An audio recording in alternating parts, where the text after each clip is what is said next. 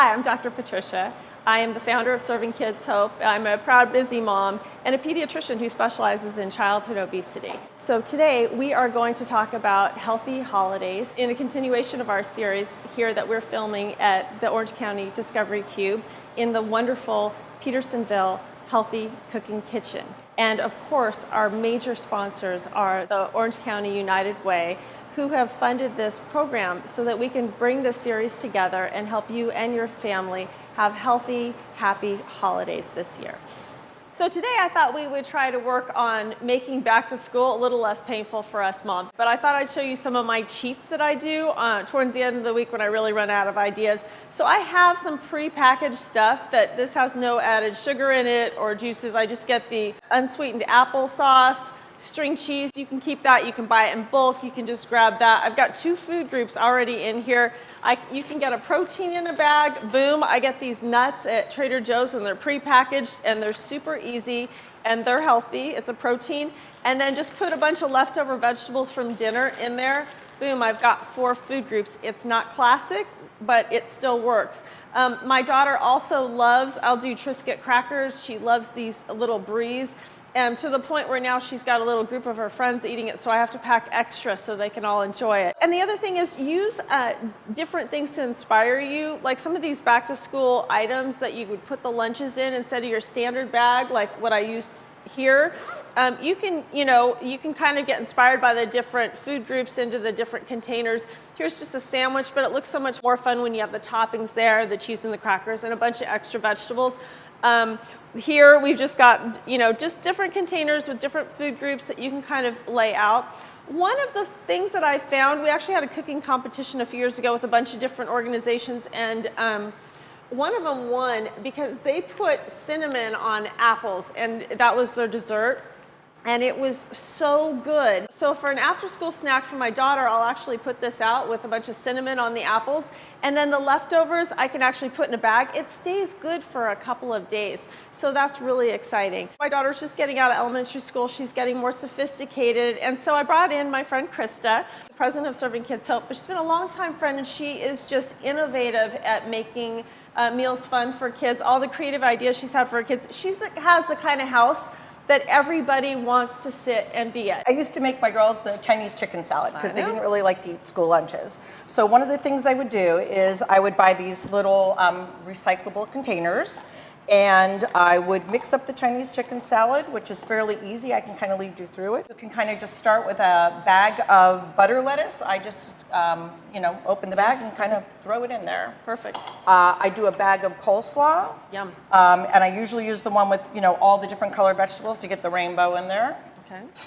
I don't like the mandarin oranges, which are very typical in Chinese chicken salad because they're loaded with sugar. But if you just take up the cuties or the tangelos and you just put them in, they add great flavor without the sugar. And that's a good point. Like for the cuties, sometimes the kids can't open them in their lunch boxes, so I always do tangerines because they're a little bit easier to open up. Sorry. That's okay. About that. So I do the snow peas. I basically just use a simple pair of scissors, and I just cut them like this the night before. You always make it look pretty. And then it makes it feel a little more authentic. I just put that in there.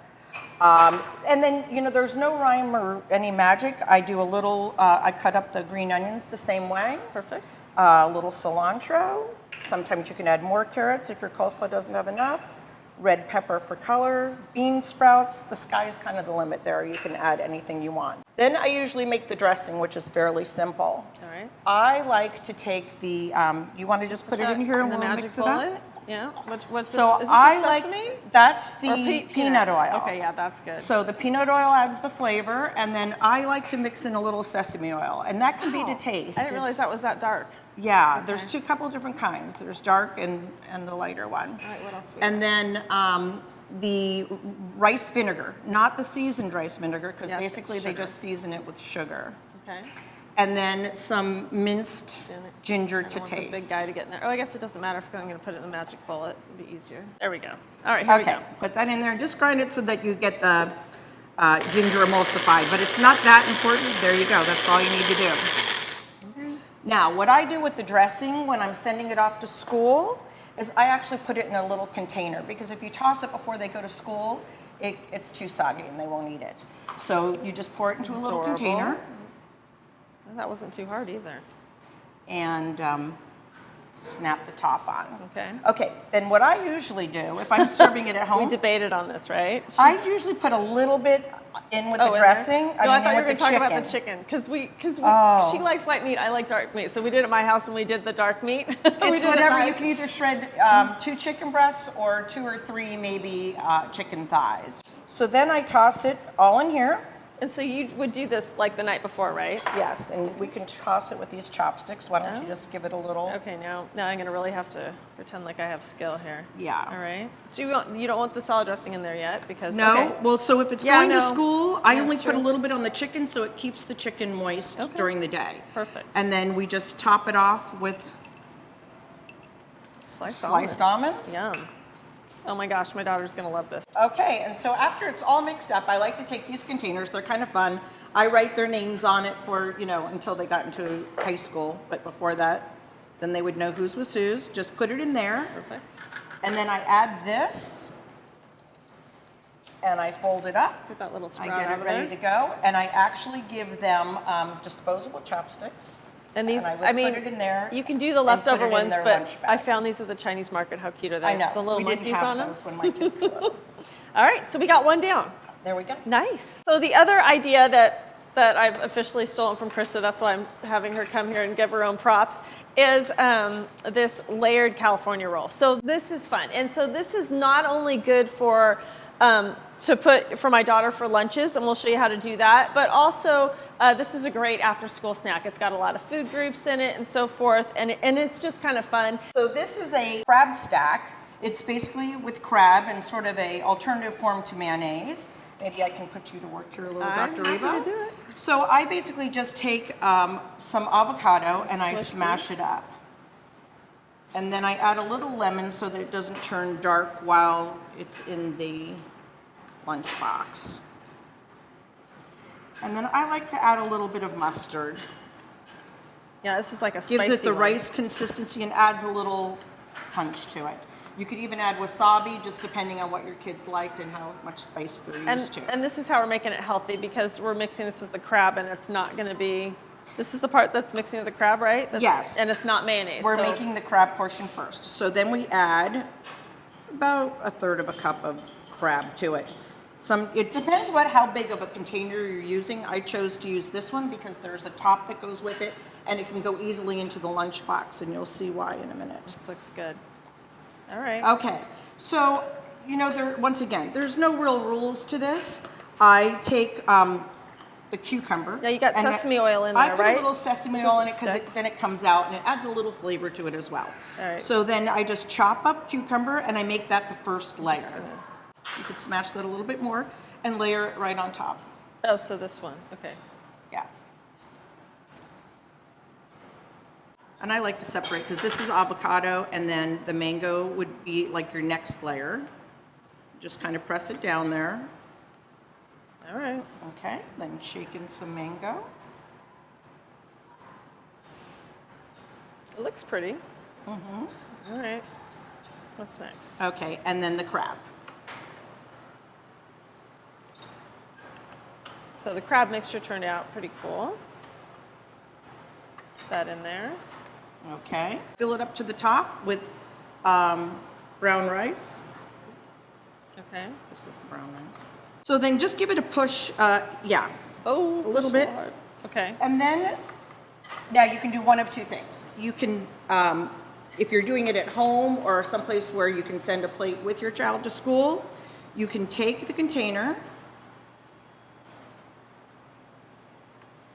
and put the plate on top and then turn it over, holding the bottom and the top.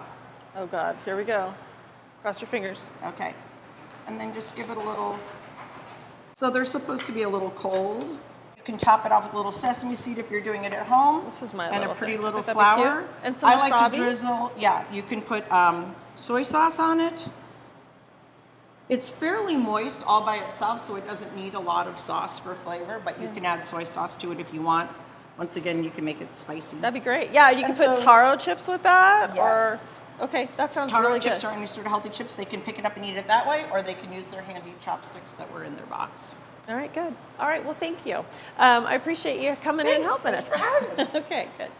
All right, summer's over, but guess what? It's an exciting time to start a new school year. We're going to start new healthy habits. It's going to be a great time to get the family back on a routine, back on a schedule.